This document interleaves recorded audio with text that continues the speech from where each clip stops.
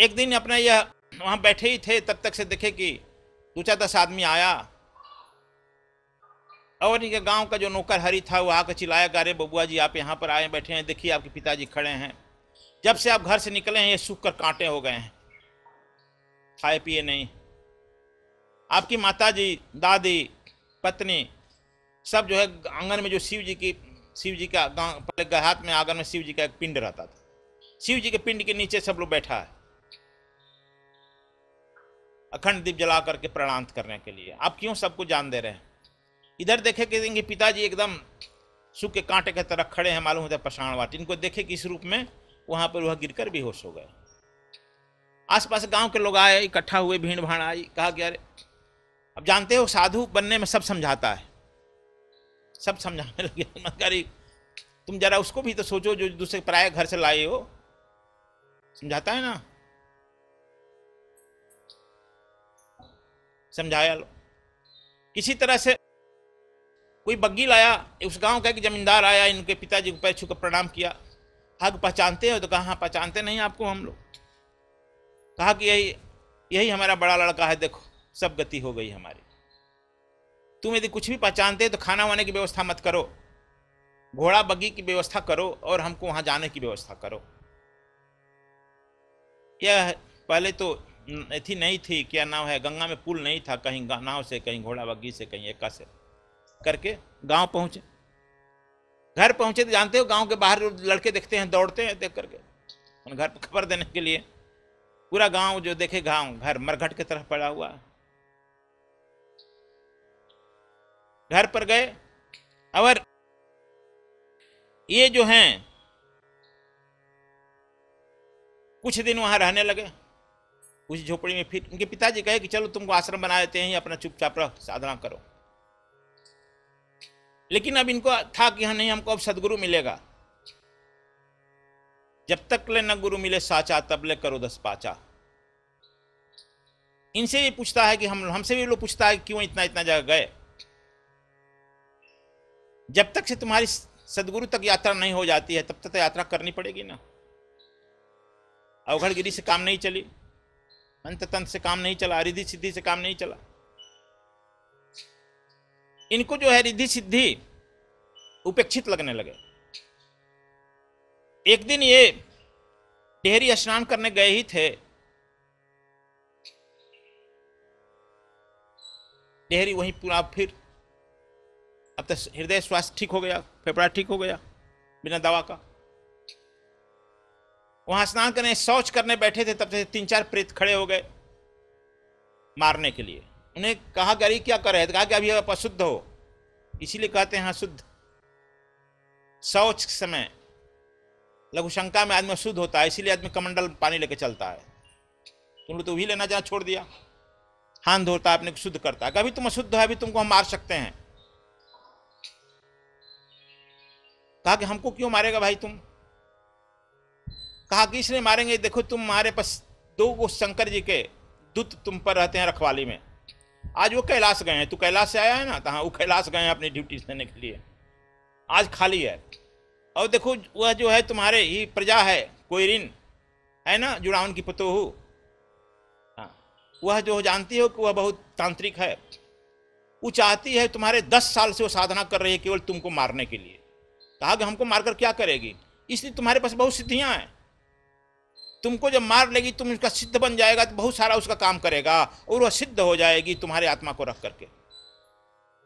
इसलिए आज हम लोगों को जो है 6 महीना से मना रही है, आज उसका बहुत सुनहला मौका मिल गया है, हम आज तुम लोगों को मारेंगे।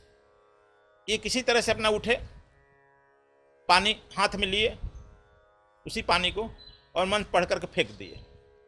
दोनों जो है धू धू कर जलने लगा, भाग जाने लगा।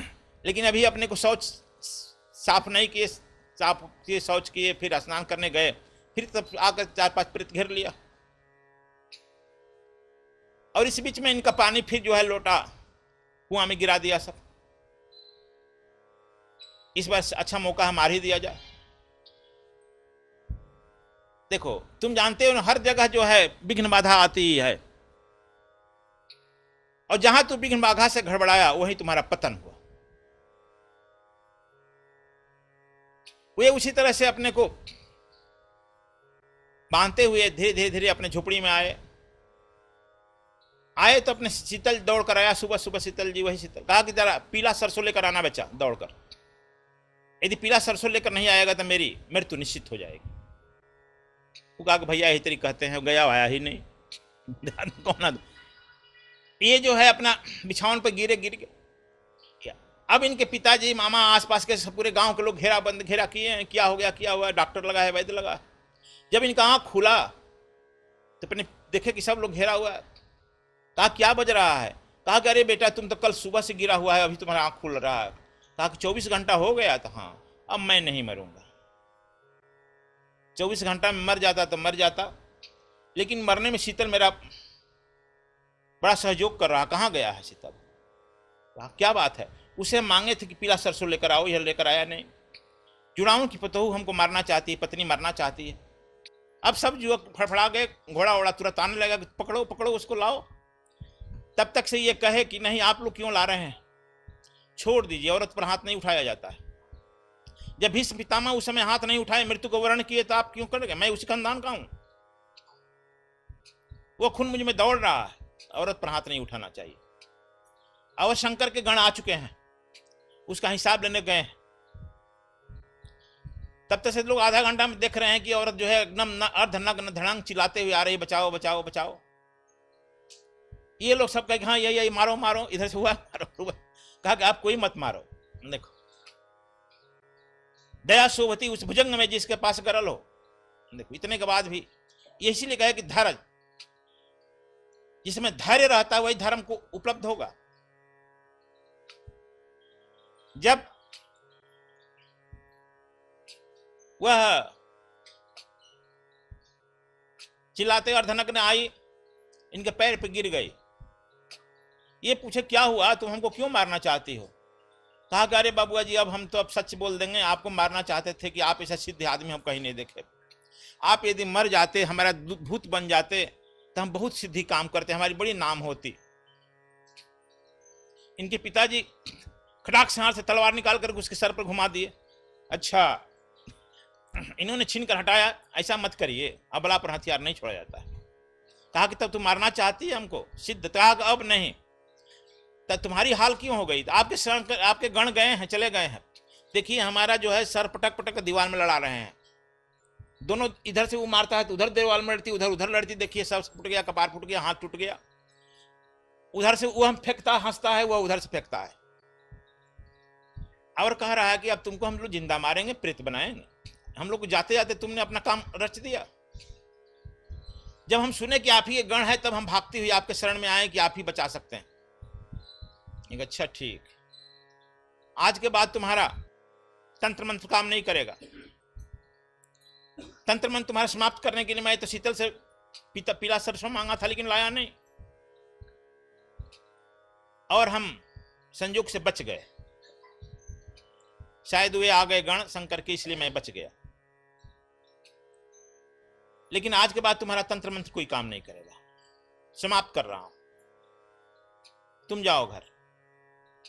कहा कि नहीं जाएंगे नहीं। देखिए आपके घर के लोग, गांव के लोग, सब लोग, हंटर कोई लेकर खड़ा है, कोई लाठी लेकर खड़ा है, कोई तलवार लेकर खड़ा है, तो हमको जिंदे मार देंगे लोग। वो मारे मत मारे, बात खुल गई। कहे कि नहीं, अपना चादर जो ओढ़े थे, कहे चादर उड़ा दिए। कहे कि तुम मेरा चादर ओढ़कर जाओ, और मेरा चादर देकर वो प्रेत भी छोड़ देंगे।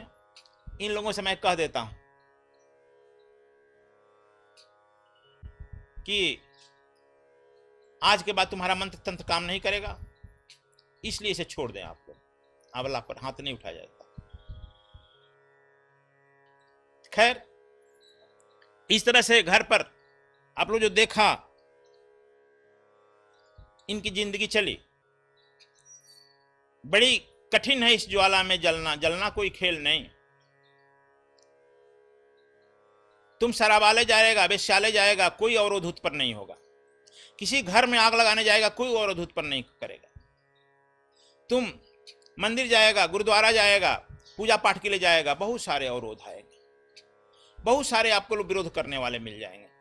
यहां भी तुम लोग आया है तो यहां भी आप लोगों को विरोध का सामना करना पड़ा होगा, घर से, द्वार से, पत्नी से।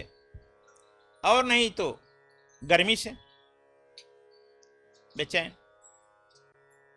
बहुत लोगों का दिल्ली से ट्रेन से और हवाई जहाज से टिकट कटा था। यहाँ मेरे यहाँ फोन आया कि गर्मी के चलते कैंसिल करा रहे हैं।